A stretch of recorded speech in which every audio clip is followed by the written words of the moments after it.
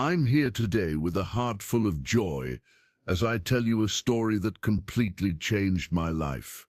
My name is Omar Hassan. I'm 23 years old, and I now live in Toronto, Canada. But this story begins far from here, in Amman, Jordan, where I was born and raised. Amman is a busy city with narrow streets full of people, markets selling bread, spices and grilled meat, and the sound of the call to prayer ringing out 5 times a day. My parents and I lived in a small apartment in a working-class neighborhood. The walls were so thin that I could hear neighbors talking, laughing, or arguing late into the night. The air always smelled like coffee and dust. Every morning I'd wake up to the sound of pots and pans as my mum made breakfast: bread, cheese, olives, and strong tea. I'm an only child, so all of my parents' hopes and dreams were on me. My dad, Hassan, is 48. He's a taxi driver who worked long hours driving through Amman's traffic to make ends meet. He was a strict man with a loud voice, and sometimes his temper would scare me. He'd come home sweaty and tired, saying, "Omar, you need to be a better Muslim, study hard, make us proud." He wanted me to become an engineer so our family would be respected, but his expectations felt like a huge weight on my back. I was always scared of failing him, of not being good enough. My mum, Isla, is 42. She's a kind and caring woman who spent her days cooking, cleaning, and praying for me. She'd gently wake me up for morning prayer, saying, "Omar, come pray with us." She could see how quiet I'd become. "Omar, are you okay?" she'd ask while making dough. I always said, "Yes, Mama," but the truth was, I wasn't okay. I was afraid to admit that I felt empty inside, unsure if Allah was pleased with me, and even unsure if I believed anymore. I was studying engineering at university, but it was tough. I constantly worried about my grades and felt like I was going to fail. At night I'd lay in my bed staring at the cracked ceiling, my heart racing. I prayed, asking if Allah was listening, if He cared. But I never felt an answer, just silence. That silence made me feel even more alone. My dad would be snoring in the next room, my mum whispering prayers, and I'd wonder if I was the only one feeling this lost. At university, I didn't fit in. Some students didn't care about faith and would skip prayers to hang out, smoke shisha, and joke about girls. Others were very strict and judged me if I missed a prayer or forgot a small religious rule. One time, I was so stressed about an exam that I forgot I was supposed to fast. I ate something, and a guy named Khaled saw me. He looked at me with disgust and said, "Omar, you're a bad Muslim. You'll answer to Allah." His words hurt deeply, even though I didn't mean to mess up. I started avoiding people, staying to myself out of fear of being judged. My best friend, Youssef, was 24. He was relaxed, didn't take religion too seriously, and always tried to make me laugh. We'd sit on the steps outside the engineering building, drinking soda, and he'd say, "Omar, chill. Allah isn't going to throw you in hell over one missed prayer." I'd smile, but his words didn't comfort me. I wanted to feel close to God, to feel peace, but I didn't know how. Sometimes Youssef would drag me to the market, where we'd buy cheap falafel sandwiches and watch the street vendors. Those were the few times I felt a little lighter, but the heavy feeling always came back. One day I was in class but couldn't focus. The professor was talking about structural design, but my mind was filled with worry, my dad's pressure, my mum's concern, my own doubts. A girl in my class named Imam noticed. She was 21 and quiet. She always wore a small necklace with a cross, which stood out because Christians are rare in Jordan. Some students whispered about her, calling her different, but she was always kind to me. After class, she came up to me and said softly, "Omar, you look upset. God sees your heart." That confused me. In Islam, we were taught to follow rules, pray, fast, give charity. We didn't really talk about the heart. I mumbled, "Thanks," and walked away. But her words stuck with me. That night I couldn't sleep.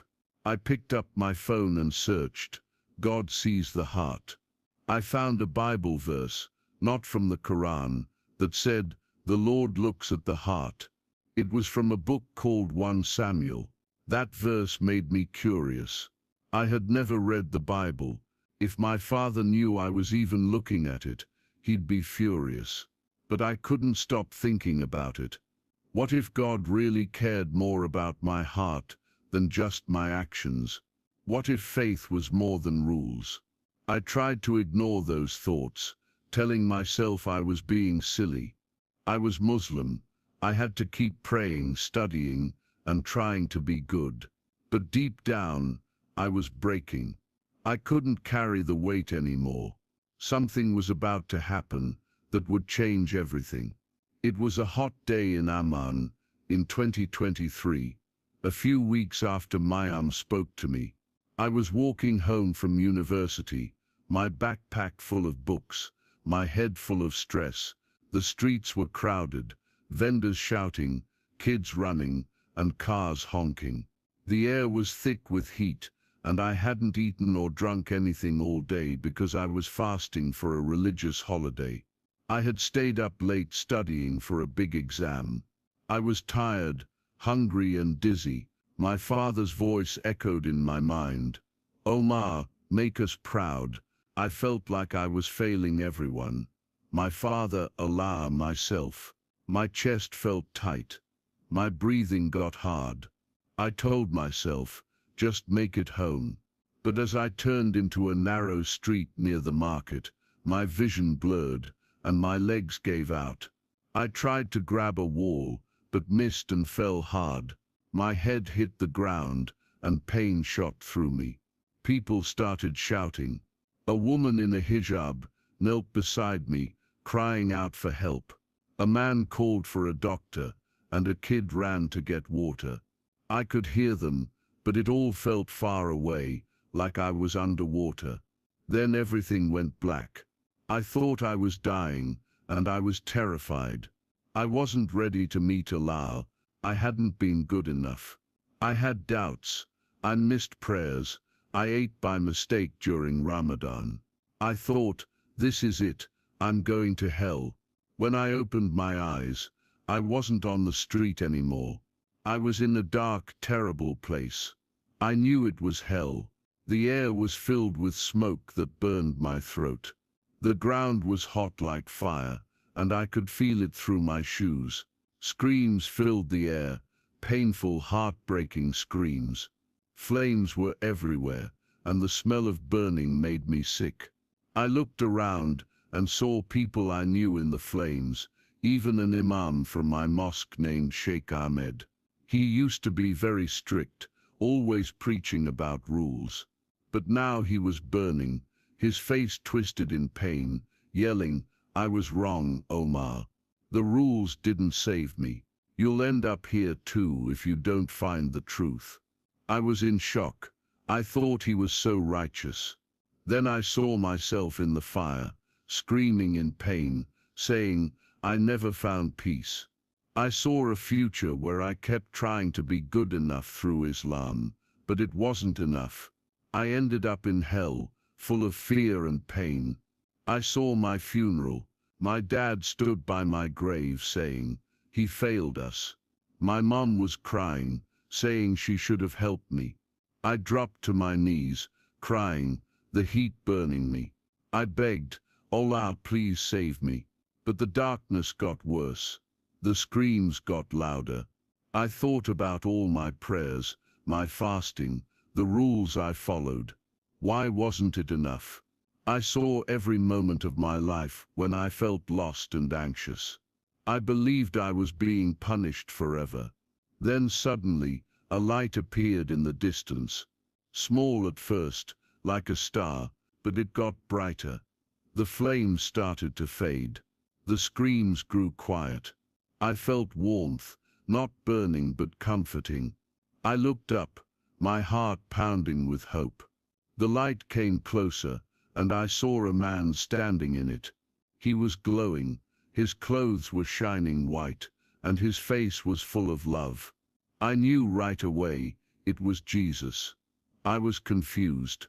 I thought, I'm Muslim, this can't be right. I'm supposed to see Allah, not Jesus.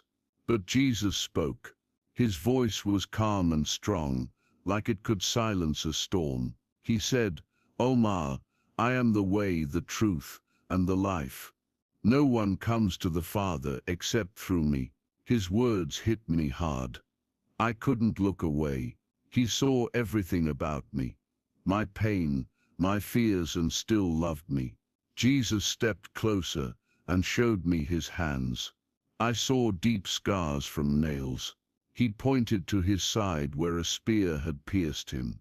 He said, I died for you, Omar, to give you peace and eternal life. I began to cry, tears pouring down my cheeks, as I felt a kind of love I had never known before. It wasn't like the love I tried to feel in my prayers to Allah. It was something alive, something real. It felt like this love was holding me up. Jesus reached out and took my hand, and suddenly the darkness disappeared. We were standing in a beautiful garden.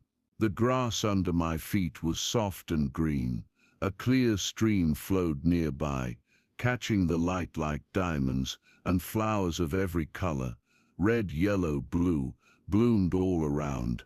The air smelled sweet like jasmine, and birds were singing such beautiful songs. I wanted to stand there listening forever. Light surrounded us, golden and warm, and I felt so safe, like nothing could hurt me anymore. Jesus walked beside me through the garden, and I saw a city ahead that looked like it was made of gold. Its gates sparkled like precious stones. He said, This is heaven, Omar. There's no fear here, no pain, only joy. I saw people there, smiling and laughing, looking full of peace. One of them was my grandfather. He was a kind man who died when I was a child. I remembered how he used to lift me on his lap, tell me stories, and sneak me candy when my parents weren't looking. I always thought he was a faithful Muslim, but Jesus told me he found me before he passed. He believed in me quietly, and now he's here with me forever. My grandfather looked at me, his eyes shining, and smiled. He waved at me, and my heart felt so full and happy, but also confused. I never knew this about him. Then Jesus showed me something that hurt. He said, Look at your life, Omar. And I did. I saw myself praying, fasting, trying to do everything right in Islam. I saw myself kneeling, forehead on the mat, repeating words I had learned as a kid. I saw myself fasting during Ramadan, hungry and weak, but still pushing through, thinking it would please Allah. Then Jesus said, Look closer, and I noticed something. I was empty inside. Even though I followed all the rules, my prayers felt like empty words, and fasting felt like something I was forced to do. I never felt peace. I saw myself lying awake at night, heart racing, wondering, am I good enough? Does Allah even hear me? But there was no answer, just silence. Then Jesus said, Your actions can't save you, Omar. They can't fix the space between you and God. Only my grace can. I'm the only way to true peace. I realized my faith had left me tired, always trying to be perfect, but never feeling close to God. I saw how I prayed 5 times a day, avoided pork, gave to the poor, but it was like carrying chains. I was stuck in fear. Jesus showed me how he died on the cross, how his blood washed away my sins, and how his love opened the way to God. I felt ashamed, but also deeply loved. He did this for me. Then he showed me 2 futures. In the first one, I stayed in Islam, still trying to earn paradise. I saw myself getting older, more anxious, more unsure. I collapsed again, this time for good, and ended up back in the flames. I saw my parents at my funeral. My father was cold and said, "He failed." My mother cried and whispered, "I should have helped him." My heart broke watching that. But then Jesus showed me another future. This time, I followed him. I saw myself full of peace, no more fear, no more worry. I saw myself smiling, reading the Bible in a quiet room. I saw myself caring for my parents, talking to them about Jesus. I saw my father's face soften, my mother's eyes light up with hope. I saw myself at university, telling students about Jesus. They listened, some cried, some prayed. Jesus said, "This is the life I want for you, Omar. I love your family. I love your city. Go back and share my truth." I dropped to my knees, tears still flowing, and said, "But how? I'm Muslim. My family, my people, they'll hate me. They'll call me a traitor." Jesus placed his hand on my shoulder, and I felt a fire inside me, not a bad fire, but one that gave me courage. He said, "It won't be easy. They will call you names. Some will hurt you, but I'll be with you. I'll give you peace." Then he said words I'll never forget. "Come to me, all who are tired and burdened, and I will give you rest." His words gave me hope, like a heavy load had been lifted. I felt free, like I could finally breathe. I looked at him, my heart full, and said, "I'll follow you, Jesus. I want this peace. I want this life." He smiled, and the light around us became even brighter. I saw the garden again, the stream, the flowers, and I knew I'd never forget it. Jesus said, "Go back, Omar. Be my light in the darkness." I nodded, willing to do whatever he asked, even if it cost me everything. I had seen hell, I had seen heaven, and I had seen the truth. Jesus was the only way, and I was ready. I woke up in a hospital room in Amman. Machines were beeping around me. My head ached, and my body felt weak, like I'd been asleep for days. The light above me was too bright. I opened my eyes slowly and saw my mother, Isla, sitting by my bed. Her face was pale, and her eyes were swollen from crying. She held my hand so tightly it hurt a little. When she saw I was awake, she gasped, "Omar, you're awake, thank God." She started crying again, but this time with joy. She kissed my forehead, her hands shaking. I tried to sit up, but my head spun, so I lay back down. "What happened, Mama?" I asked. She wiped her tears and said, "You collapsed in the street, Omar. You hit your head badly. There was blood everywhere. People called for an ambulance, and they brought you here. The doctors said you were out for hours. They didn't think you'd wake up. It's a miracle, Omar, a miracle." I looked at her, my heart racing, and said, "Jesus saved me, Mama." She froze, eyes wide, still holding my hand. "What do you mean, Omar?" she asked, her voice trembling. "You were calling for Allah when you fell, that's what people said." I took a breath, my throat dry, and began telling her everything. How I saw hell, how I saw myself burning, how my anxiety was like fire, how the Imam screamed that the rules didn't save him. I told her how Jesus came to me, how he showed me his wounds, how he took me to heaven, and showed me Grandpa, who believed in him in secret. I told her how Jesus showed me that my faith in Islam was hollow, how my prayers and fasting never brought peace, and how he showed me two paths, one that led to hell, one that led to peace with him. Jesus told me he's the only way, Mama. He told me to share his truth. My mother listened, her face a mix of fear and confusion. She kept glancing at the door like someone might hear us. When I finished, she whispered, "Omar, be careful. Your father won't accept this. He'll be furious. And the people from the mosque, they'll call you an apostate. You know what that means here." I nodded, my heart heavy, but I felt peace inside, a kind I'd never felt before. "I know, Mama," I said, "but I can't hide this. It's the truth." Just then my father, Hassan, walked in. He had been talking to a doctor, and caught the last part of what I said. His face turned red, his eyes narrowed. "What are you saying, Omar?" he shouted. "Jesus, apostate, what nonsense is this?" His voice was so loud that a nurse peeked into the room. I tried to speak, my voice shaky. "Papa, I saw hell. I saw myself there. Jesus came to me. He showed me the truth. He's the only way." My father slammed his hand on the wall, making me jump. "You're sick," he yelled. You hit your head. Now you're confused. You're Muslim, Omar. We raised you that way. Stop this before you shame our family." My mother started crying again, covering her face. "Please, Hassan," she begged. "He just woke up. Let him rest." But my father looked at me, his voice cold. "Forget this nonsense, Omar. I won't let you destroy our family." He stormed out, leaving me and my mother in silence. A few days later, I was discharged. Back at our small apartment, everything felt different. The walls seemed tighter, the air felt heavy. I started reading the Bible on my phone, hiding it from my parents. I'd lock the door, sit on my bed, and read about Jesus, his words, his love, his miracles. Each word filled something in me. I'd whisper prayers to him, asking for strength. I felt him near me, like a friend who never left. But I had to be cautious. My father was watching. He noticed every little change. I stopped going to the mosque, saying I was tired from studying, but he didn't believe me. "What's wrong with you, Omar?" he asked. "You used to pray with us. Now you're always in your room." I'd look down and mumble, "I'm just tired, Papa." But he stared at me with hard eyes, like he knew I was hiding something. My mother noticed too, but stayed quiet. She just looked at me with worry while she cooked or cleaned. One day, I messaged Miriam, a Christian classmate. I needed someone to talk to.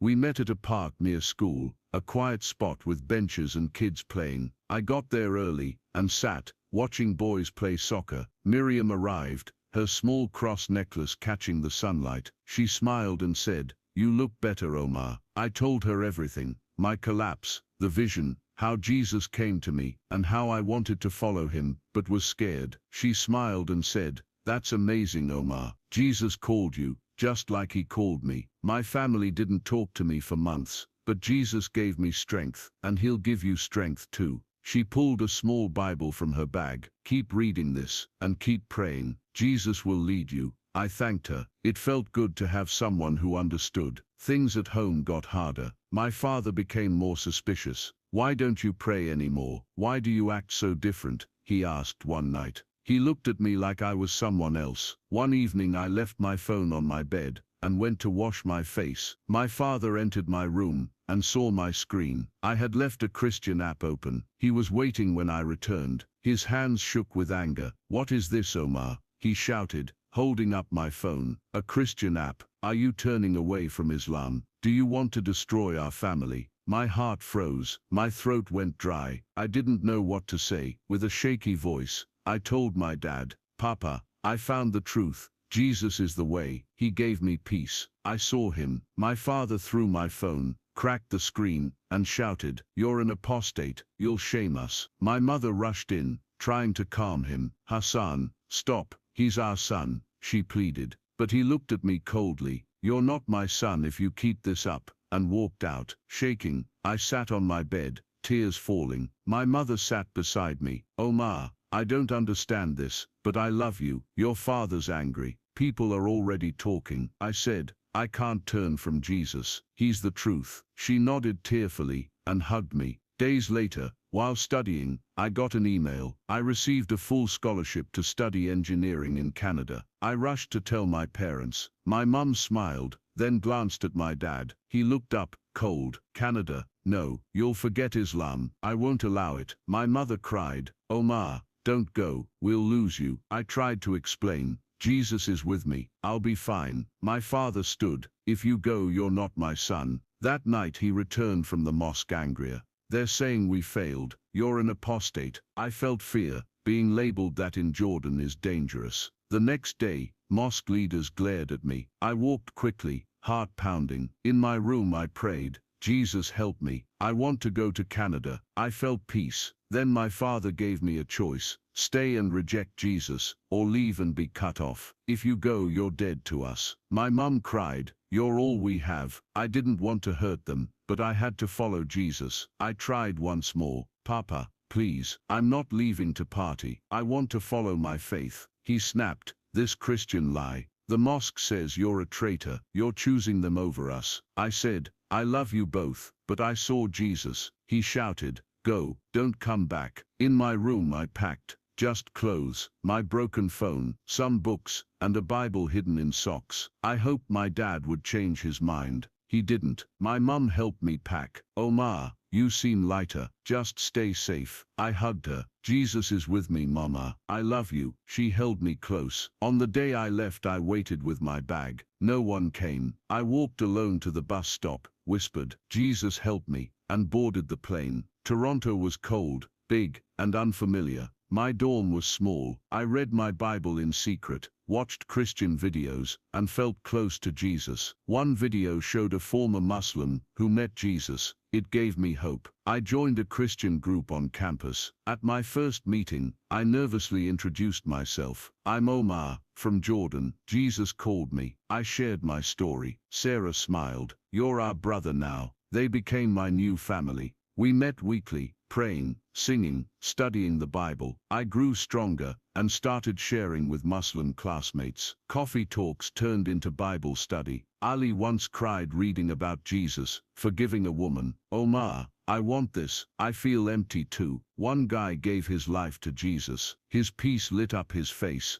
I cried with him, but not all was easy. Muslim students heard. One day, Khalid and others confronted me. You're spreading hate, he accused. I'm just sharing the truth. I said, Jesus saved me. He said, you're a traitor. We're reporting you. Soon I got an email from Student Affairs. We support faith, but you're causing problems. One more complaint. You could lose your scholarship. I was scared but remembered. Jesus said he'd be with me. Then Youssef, my best friend in Jordan, called. Your father's in the hospital. His heart, he blames you. The mosque spread lies, and my parents were suffering. I wanted to go back, but it wasn't safe. I whispered, Jesus helped them. That night in my dorm, surrounded by books and my Bible, I felt led to share my story publicly. I turned on my laptop, nervous, and hit record. My name is Omar Hassan. I'm 23, from Amman, Jordan. I was raised Muslim, prayed, fasted, but I felt empty. I prayed to Allah, but never felt heard. One day, from fasting and stress, I passed out and died for a few minutes. I saw hell, fire, fear, an Imam screaming. He said rules couldn't save him. Then Jesus appeared. His light pushed the darkness away. He showed his scars. I died for you, Omar, he said. He showed me heaven, rivers, gold streets. My grandfather, who had believed in secret. Jesus said, only my grace can save. I'm the way. I saw two futures, one in hell, the other free with Jesus. I chose him. I continued. My dad called me an apostate. I got a scholarship to Canada. Here, I found peace, Christian friends, a Bible group. Ali gave his life to Jesus, but I was reported. The university warned me. I was scared but won't stop. Back home, my father's still angry, but I pray they find Jesus. I ended with a prayer. Jesus, touch every heart watching this. Heal my father. Help others find you. Amen. Then I said, will I reconcile with my father? I don't know, but I trust Jesus. Share your story. I'd love to hear it. I posted the video. Moments later, my phone buzzed. Mayim messaged from Jordan. People are hearing your story. They're curious, but be careful. The mosque is still watching. My heart was full, grateful, but still praying. Jesus, protect my family. Use me to lead others to you. And again, I felt his peace.